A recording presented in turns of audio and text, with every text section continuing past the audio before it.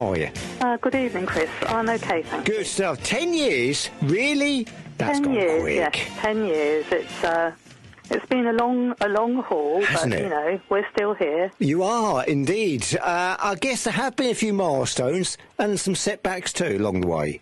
Well, absolutely, yes. And, I was going to talk to you about our 10 years of campaigning, but there's been another development this week which has taken us all by surprise. I've noticed, actually, Yeah. Sheila, because I thought, well, that's funny, because I've already contacted you, and then I look at certain news sources, and there it is. There's that decision to reject compensation for yourselves, women hit by change to the state pension age, to be reconsidered. Yes. What a turn up for the books. How did that all come about? Well, we suddenly got the announcement from the government that they were withdrawing their response and reconsidering in the light of what they said was new evidence that has suddenly appeared. So do we know what that new evidence is, or...? Well, the new evidence turns out to be old evidence because it was research that was commissioned by the DWP itself back in 2007. Right, so they've obviously gone back, they've had a rethink, they've reconvened. Yep. It's going to be interesting, isn't it? Because obviously we've got the budget in a couple of weeks. Yep. I'm guessing that's going to come out of that, some form of other announcement. Well, we would like there to be an announcement. There have been so many twists and turns in this. Hasn't it, just? As you know. Yes. And, it would be just easier and the morally responsible thing to do if the government just said, we are going to abide by the Ombudsman's recommendations and pay the compensation. Because, the DWP has let us down at every turn, really, and even now, there'll be more delays, I expect, while there's reconsideration of this decision. Mm. And the decision not to pay compensation was based on pretty shoddy information, which we knew. We absolutely knew that it was rubbish that the government was relying on. And we've been vindicated yet again, it seems. It's going to be interesting, isn't it, to see what comes out of this, I guess. You can't get too hopeful, though, can you? You've got to be cautious about this, haven't you? You've been here so many times before, Sheila. Yeah, and, the Minister, or the Secretary of State, should I say, has made it clear that this doesn't mean to say that compensation will be forthcoming. It simply means they're going to be reconsidering their decision. And the timing of this seems pretty strange to us because we're just 4 weeks away from hauling them into court, and it does seem that they're desperate to avoid any scrutiny of their decision-making. But we just wonder why this has suddenly happened now, why this report has suddenly appeared. Where's it been all this time? And why wasn't it shown to the Minister before? So a few unanswered questions there. Absolutely, yes.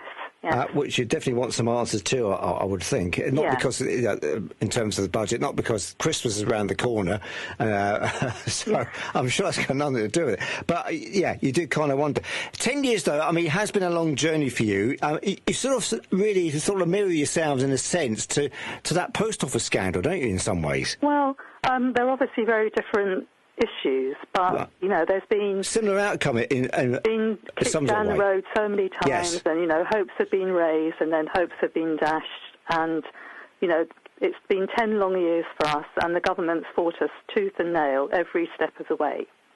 So we felt what happened this week was a major step forward, but we now need a positive outcome. And what's the feeling amongst members of the Solent branch? Well, I think people are pretty shocked that this has just happened, now, this week. Obviously, when the decision was announced last December, there was a huge sense of betrayal because we'd been given to understand that the Labour Party were fully on side with us. Prior to the election, there'd been promises of, we're going to sort this out, we're going to see that justice is done. They came to stand with placards proclaiming their support for us. So when this announcement was made last December, it was just a sense of shock and profound betrayal. Mm. And here you are 12 months later, yeah. in the complete reverse. Yes.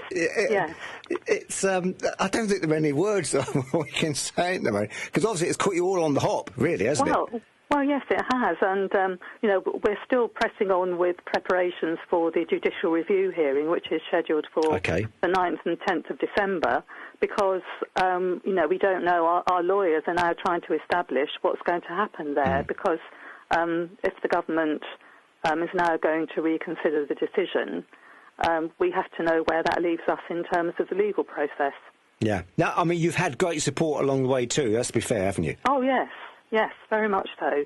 Yes, lots of people have supported us.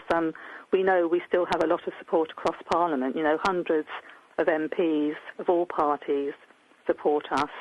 And, over the years we've had a lot of support from the public as well. So, we know that we've got right on our side. We've got a good case. Really what the government has said is morally indefensible. In not paying the compensation. And it's also the issue that it undermines the Ombudsman. That system is in place for a reason. It's there to hold government departments to account when they make mistakes, and to just ride roughshod over its recommendations, and then to admit they got it wrong. It's a major step forward, we think. Yeah, yeah. I mean, in terms of sort of reimbursement then of all this, Sheila, what sort of figure, is there a figure you're all sort of after, or what's the end goal then out of all this then, Sheila? Well, the Ombudsman's recommendation was for up to £3,000 per person affected. Right. Which was amounted to something like 10 billion, I think. Yeah. But we have to bear in mind that that's a fraction of the money that they've saved. They've saved 181 billion from increasing our state pension age. And, of course, we also have to take note of the fact that they've just announced, was it £2 billion scheme for ID cards that wasn't in the manifesto? So, they can't really say that they can't do this, because this is down to political choices, isn't it? Mm-hmm. It's going to be very interesting to see how all this pans out, Sheila. But in terms of your campaign, you've been quite active, really, in this area, haven't you? Really highlighting this cause. Yes. For most of those 10 years. Yes, we certainly have. Yes, and just a few weeks ago, we held an event in Portsmouth at Milton Village Hall, actually. And we put on an exhibition of all the things that we've done over the past 10 years. And we were really encouraged and heartened by the response. A lot of local politicians came, a lot of councillors came from across the parties. Amanda Martin, MP for Portsmouth North, came in to see us as well. So I suppose you said celebration. Well, that's not quite the right word. No, it's probably not. It's a commemoration, Commemoration, say, yes. Or marking a decade of strong campaigning. Yes, yeah, and I'm sure there's plenty more yet to go before you can get to your end goal. I mean, hopefully not, but let's hope that next year, in 2026, there is some form of conclusion to all this, because it's been a long, hard slog, but you've been very active and very vocal about this, and passionate too. But then you have to be, though, Sheila, don't you? Well, you do. I mean, you have to be committed, and we know that we've lost women along the way.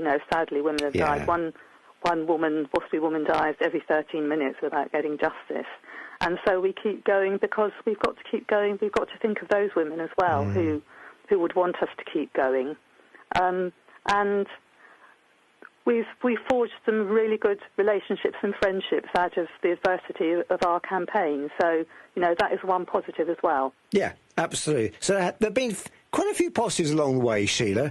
A very busy 10 years, hasn't it? Yeah, absolutely. Hopefully there is light at the end of a very long tunnel for you all. Yes.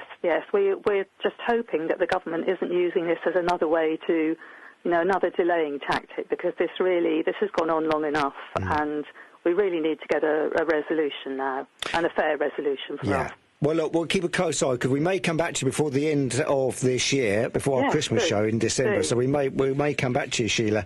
That'd be good. We'll watch with interest. Fingers crossed. Come on, let's get this sorted out, isn't it? Let's do it, yes. Yeah, absolutely. Shelagh Simmons, lovely talking to you. Regards to everyone there in Solent WASPy. We'll keep in touch, and we'll talk soon. All right? You take care. Cheers now, lovely. Bye-bye.